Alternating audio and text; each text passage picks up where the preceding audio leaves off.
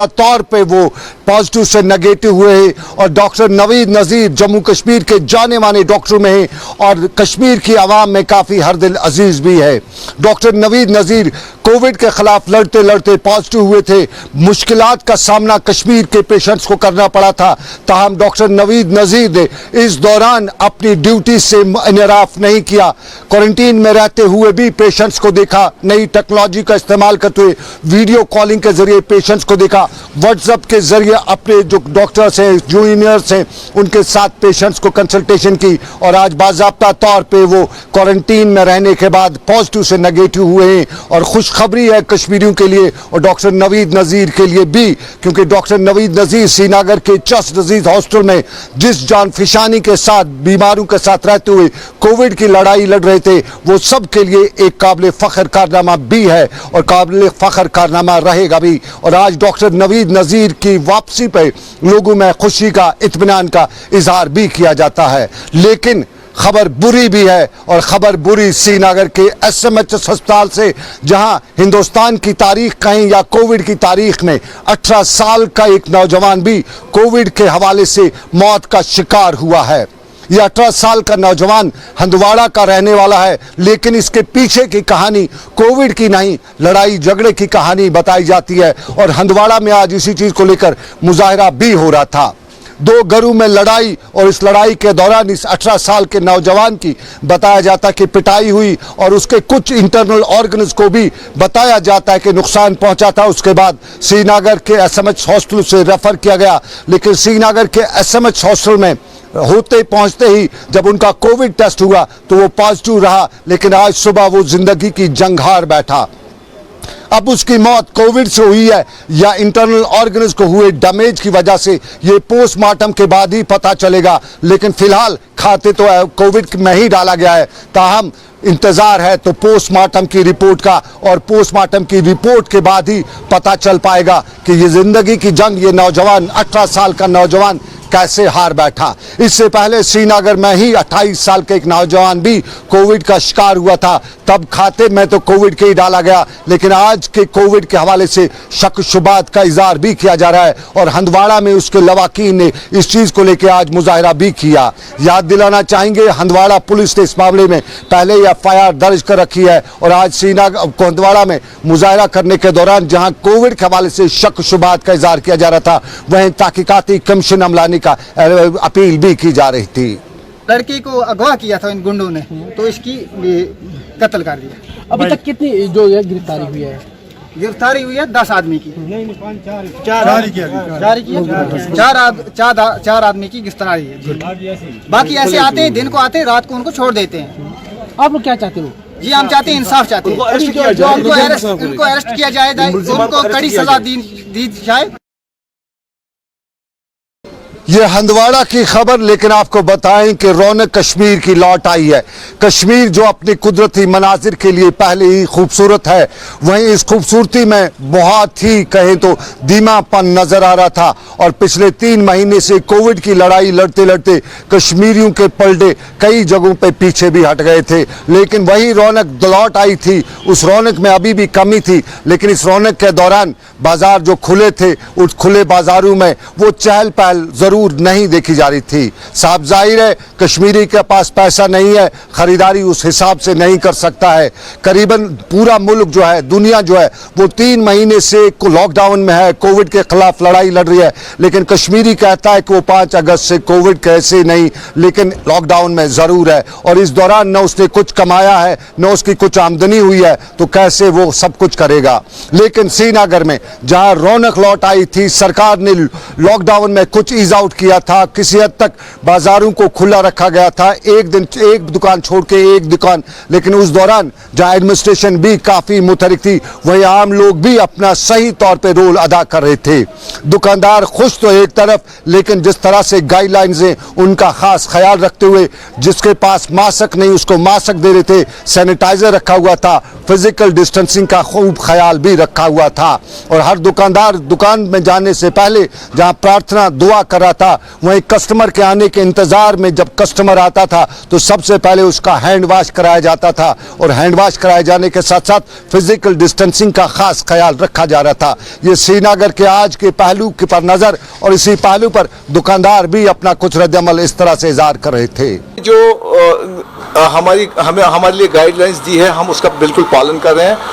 हम कोशिश कर रहे हैं कि हम खुद भी इस पे चलें और अपने ग्राहकों को भी, मुअज़्ज़ज़ ग्राहकों को भी इसकी इस्तदा करते हैं कि आप भी एक तो कम से कम सोशल डिस्टेंस का ख्याल रखें, दूसरी बात मास्क पहन के हमारे पास आ जाइए, और तीसरी बात यह है कि जो पार्किंग है रोड साइड पे ना करें। मैं बाहर से ही आवाज़ देते हैं, बिल्कुल हमने बाहर बंदा भी रखा है कि रोड साइड पे पार्किंग नहीं होनी चाहिए। शहर के लोग अपना हक अदा कर रहे थे। साफ जाहिर है सरकार ने परसों जो ईज आउट किया है उसमें साफ जाहिर है सरकार ने पाल जो है अब लोगों के कोर्ट में डाली है, और अब को लोग किस तरह से इसको रिबाउंड करते हैं, किस तरह से रिस्पॉन्स करते हैं, ये सरकार भी देख रही थी, दुनिया भी देख रही है। और साफ तौर पे कश्मीरी इस वक्त जिस तरह से रिस्पॉन्स दे रहे हैं वो काबिल तारीफ कदम भी है। लेकिन इसी साथ साथ एडमिनिस्ट्रेशन भी मुतरिक थी और एडमिनिस्ट्रेशन भी आज जगह जगह गली गली नुक्कड़ नुक्कड़ देखते हुए, समझते हुए और कहीं कहीं समझाते हुए भी बता रही थी कि इस लड़ाई में लड़ना है तो सबको एक साथ होकर लड़ना है। अल्हम्दुलिल्लाह जहाँ तक हमने अभी देखा इस वक्त तो 2 बज गए, 2 बजने वाले हैं इस वक्त। हमारी कोशिश है कि अभी हम वहाँ आगे लाल चौक वहाँ घंटाघर की तरफ जाएंगे। हमारी कोशिश है कि माशाल्लाह जो गाइडलाइंस है उस पर ये पूरा कारबंद है, और उम्मीद है इंशाल्लाह आइंदा भी हम देख रहे हैं कि जो भी बिना मास्क जिन्होंने मास्क नहीं लगाए हैं उनकी ऑलरेडी डिस्ट्रिक्ट एडमिनिस्ट्रेशन की गाइडलाइन है कि उनको 500 रुपये फ़ाइन कर दीजिए। और इन जो दुकानदार हजरात हैं उनको भी हमने आज ये रिक्वेस्ट की बिना मास्क को किसी भी को दुकान की एंट्री अंदर आने मत दीजिए। आपको क्या लगा मार्केट में कि गाइडलाइन फॉलो कर रहे हैं सभी दुकानदार? शुक्र अल्हम्दुलिल्लाह जो मैंने लाल चौक में फरकाया मुझे लगा अल्हम्दुलिल्लाह ये जो फॉलो कर रहे हैं मुझे लगता है कि ये मुबारकबादी के काबिल है। शहर की खबर एडमिनिस्ट्रेशन भी मुतहरिक, लेकिन शहर में एक और खबर कल भी होने वाली है।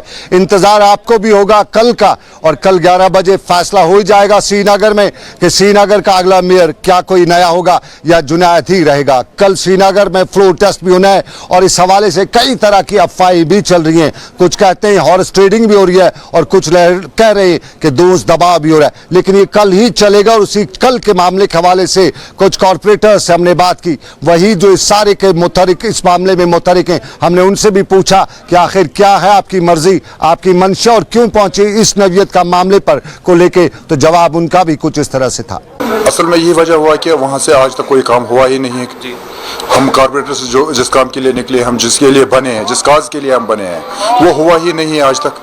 वहाँ कोई काम हुआ ही नहीं, कोई डेवलपमेंट काम हुआ ही नहीं है। सिर्फ वहाँ करप्शन ही करप्शन, सिर्फ लोगों को धक्के लग रहे हैं और कुछ नहीं। उसी वजह से हमने मूव किया है कि इसको आदमी एतमाद करने के लिए, कि हमें लग रहा है कि ये हमें मतलब मेयर के हक के लिए ठीक नहीं है। अल्लाह के फजल करम से इसको हम सिर्फ पहले उतारेंगे, फिर हम जो 5-10 बंदे हैं जो हम आपस में जो उन्होंने हमें छोटे छोटे ग्रुप बना के बाकी कॉर्पोरेटरों को इकट्ठा जमा किए हैं, हम इकट्ठे बैठ के उसी दिन कोशिश करेंगे मिल बैठ कर के एक नाम तजवीज़ कर देंगे आगे मेयर के लिए। चलिए ये एक पहलू जिंदगी का, तो दूसरे पहलू पे भी नजर डालते हैं। और दूसरे पहलू पे नजर डालें तो 5 अगस्त की तारीख जरूर बदली है, लेकिन कुछ कश्मीरी कहते हैं कि जहां उनकी तारीख बदली है वहीं उनकी इकानमी भी बदली है। पुलवामा के इलाके के लोग भी परेशान हैं। बताते हैं कि 2018 में उनके पास दस्तावेज दिखा रहे, बताते हैं कि रेत बाजरी निकालने का टेंडर उन्हें मिला था, लेकिन अचानक ही न जाने उनके टेंडर्स को क्या हुआ कि उनका टेंडर किसी और को दिया गया और उस टेंडर लेने वाले ने अब सब कुछ गोल मटोल करके रखा हुआ है। न रेत बाजरी निकालने देता है, न लोगों तक मामला पहुंचाने देता है। ये एक आदमी की खबर, लेकिन इसके साथ साथ दूसरे लोग भी कुछ इस तरह की बातें करते हुए बता रहे हैं कि पैसे उन्होंने जमा कराए, टेंडर उनको मिला, लेकिन कहीं न कहीं ऊपर जो अरबा मिकदार में लोग बैठे वो किसी मसलत की वजह से उनके टेंडर्स को न रद्द कर रहे हैं न इजरा कर रहे हैं। और यूं कश्मीर में उनके बकौल रेत की जो एसेंशियल कमोडिटीज के साथ साथ रेत की जो कमियाबी है उसको पैदा किया जाता है, और उसके साथ साथ दूसरे मामलात में लोगों को परेशान भी किया जाता है। पुलवामा के लोग और पुलवामा के रेत के मामले को लेकर लोग क्या कहते हैं? तो मेरा अर्ज है प्रशासन से मेरा अर्ज है 2017 में हमने बिड ली थी। ये एलओआई लेटर है मेरे पास, बाकी भी डॉक्यूमेंट मेरे पास है, इन्वायरमेंट है, पोल्यूशन है, सारे डॉक्यूमेंट मेरे पास कंप्लीट है। तो इन्होंने ये जो हमारे इधर बिल्ड होल्डर इन्होंने ये एक्शन में बिड़े लिए हैं, ये काम कर सकते हैं लेकिन हम काम नहीं कर सकते, जबकि हमारे पास सारा हमने 50% पैसा भी दिया हुआ है, हमारे पास सारे डॉक्यूमेंट भी क्लियर है। बस हमारी प्रशासन से एक मुद्दाना गुजारिश है, प्रशासन एक नज़र हमारी तरफ देखे, अगर इन्होंने पैसे दिए हैं कम से कम ये लोग काम क्यों नहीं कर सकते। बस हमारा अर्ज है प्रशासन से कि हमारा काम खोला जाए ताकि हम अपना रोजगार चला सके और बाकी लड़कों का रोजगार चला सके, क्योंकि 2017 से हम बिल्कुल बेकार बैठे हैं, बिल्कुल इस पैसे का हम बैंक में इंटरेस्ट दे रहे हैं। कम से कम हमने गवर्नमेंट को 70-80 लाख रुपया 50% बिड अमाउंट दिया हुआ है, तो बिल्कुल 2017 से बिल्कुल बेकार बैठे हैं। चलिए ये एक खबर, लेकिन दूसरी खबर भी है और दूसरी खबर में हम बताएं कि तामीर और तरक्की का सिलसिला भी बाजारों के खुलने के साथ शुरू हुआ है और श्रीनगर से लेके वादी कश्मीर के दूसरे हिस्सों में बिजली डिपार्टमेंट को हमने आज मुतहरिक देखा। हमने बिजली डिपार्टमेंट को बिजली के खंभे लगाते देखा, बिजली की तारें लगाते देखा और बिजली की तारों के साथ साथ रेनोवेशन का काम भी कई जगहों पे होते हुए देखा और इस उम्मीद का इजहार बिजली के हुकाम भी कर रहे हैं कि आने वाले दिनों में बिजली के मामले में जो कमियां हैं उनको दूर किया जाएगा। इस कोविड के दौरान जहां डर था, खौफ था, वहीं किसी हद तक बिजली का डिपार्टमेंट मुतहरिक भी रहा और लोगों को कटौती जो थी उस बावजूद भी यह बिजली पहुंचाने की भरपूर कोशिश की, ट्रांसफार्मरों को रिपेयर भी किया। लेकिन एक बात जरूरी है कि अब आगे के हवाले से बिजली डिपार्टमेंट मुतहरिक जो है ही और भी मुतहरिक हो रहा है और बहुत कुछ डेवलपमेंट देखी जा रही है। बिजली के खंभे लगाना तो अलग बात, बिजली का इंफ्रास्ट्रक्चर रिनोवेट करना अलग बात, लेकिन बिजली का इंफ्रास्ट्रक्चर डेवलप करना वो भी एक सही कदम है और इस कदम के हवाले से हुकाम कहते हैं कि आने वाले दिनों में 1200-3200 करोड़ रुपए के नए प्रोजेक्ट्स पर काम भी शुरू होगा। इन सब के इश्तराक की वजह से आज ऐसा पॉसिबल हुआ कि करीब 170 लोकेशंस पे हमारा काम रिज्यूम हो चुका है। करीब 1200 से 1300 जो हमारे वर्कर्स हैं वो इस टाइम डिप्लॉयड हैं, लेकिन फिर भी करीब 45 लोकेशंस ऐसी हैं कि जो रेड जोन में होने की वजह से हम अभी काम दोबारा वहाँ रीस्टार्ट नहीं कर पा रहे हैं, लेकिन उम्मीद है कि जून के आखिर तक वहाँ पे भी हम काम दोबारा चालू करेंगे। ये सारा जैसे मैंने आपको कहा 2200 करोड़ के प्रोजेक्ट्स अंडर इम्प्लीमेंटेशन है हमारे प्रोजेक्ट विंग के थ्रू, और ये तो सारे मतलब these are for the benefit of the common people. चाहे आपके रिसीविंग स्टेशन बनाना हो, कहीं पे कैपेसिटी एडिशन करना हो, तरसीली लाइनें बनानी हो या डिस्ट्रीब्यूशन ट्रांसफार्मर्स बनाने हो, ये तो इसीलिए है कि आने वाले दिनों में हम कम से कम कटेलमेंट हो। जैसे आपको पता है हम मौसम सरमा में प्रॉब्लम होती है, कटेलमेंट काफ़ी होती है। इस साल हमारे ट्रांसमिशन में जो कुछ बॉटलनेक्स थे वो कुछ हद तक दूर हो गए, आलस्टिंग ग्रिड आ गया, बांडीपोरा में ग्रिड स्टेशन बन गया, उसकी वजह से करीब 200 मेगावाट हम एडिशनल दे पाए। इस सरमा में भी कुछ और स्टेशंस है जो आने की तवक्को है, उसकी वजह से आप देखेंगे इस विंटर में काफ़ी बेहतरी आ जाएगी पावर पोजीशन में कश्मीर वादी में। बात तामीर और तरक्की की और बिजली डिपार्टमेंट काफ़ी मुतहरिक भी दिखाई दे रहा है और साउथ कश्मीर से लेकर नॉर्थ कश्मीर तक आज कई जगहों पर बिजली के हुकाम से लेकर अफसरान यानी सभी लोग मैदान में थे, काम करवा रहे थे, काम कर रहे थे। लेकिन इस सारे के बीच में कुछ और मामलात भी हैं। सड़क का मामला है तो सड़क के मामले से आपसे बताते चले कि तेज़ रफ्तारी आपके लिए नुकसानदेह हो रही है। तेज़ रफ्तारी से आपकी जान को भी खतरा है और तेज़ रफ्तारी की एक मिसाल मंडी पुंछ में भी देखने को मिली। 2 मोटरसाइकिल सवार आपस में ऐसे भिड़े कि अस्पताल जा पहुंचे, 4 लोग जख्मी हुए और वहां पे 4 अस्पताल पहुंचने के बाद वहां उनका इलाज मुआवजा तो कराया जा रहा है, पहले इब्तदाई इलाज मुआवजा उनका हो रहा है। लेकिन इस सारे के बीच में एक बात ये भी निकल के आ रही है कि तेज रफ्तारी से लोगों को जान को खतरा होता है, अपनी जान को भी खतरा होता है और दूसरे की जान को भी खतरा होता है। और ख़ास तौर पे आज की डेट में जख्मी जब अस्पताल पहुंचता है तो वहां एक और खतरा भी होता है, कहीं न कहीं कोविड सस्पेक्ट में शामिल हो जाए। तो ख्याल अपना रखिएगा, तेज़ रफ्तारी से गाड़ी मत चलाइएगा। खबर हादसे की, लेकिन हादसे के साथ साथ आपको बताते चले कि सिस्टम के कई पुर्जे ढीले और एक ढीला पुर्जा हमें अनंतनाग के इलाके से भी नजर आया है। बताया जाता है कि 2018-19 में जोर की बर्फबारी हुई थी और इस बर्फबारी के बाद सरकार ने कुछ रिलीफ का ऐलान भी किया था। कुछ को रिलीफ भी मिला, लेकिन किन किन को रिलीफ मिला कागजात बता रहे कि बहुत कुछ हेरा फेरी भी हुआ है, ऊपर नीचे भी हुआ है। आपके टेलीविजन स्क्रीन पर ये तस्वीर जो है, इनमें जो लिस्ट है और इन लिस्ट में जो कलर्ड नाम है, ये वो नाम है जिनके बारे में बताया जाता है कि मुस्तहक नहीं थे। खासतौर पे ये रिलीफ बागों को जब नुकसान हुआ तो उन बाग मालकान का नाम में ये लोग भी शामिल हैं जिनके पास बाग है ही नहीं। यानी हेरा फेरी खूब हुई है और लोकल एनजीओ से लेकर आरटीआई एक्टिविस्ट ने इस सारे मामले की खोज करते यही पता किया है कि हक जिसका था उसको मिला नहीं, जिसको मिलना नहीं था उसको दिया गया है।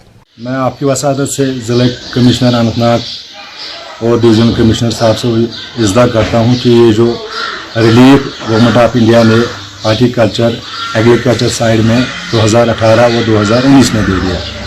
2018 में तहसील डूरू में कुछ लोगों को जो ज़मींदार थे उनको 2-2 हज़ार रुपये दिए थे और जबकि उनको 4,000 रुपये देने थे। 4,000 में से 2,000 रुपये दिए और कुछ लोगों को अभी भी बकाया है।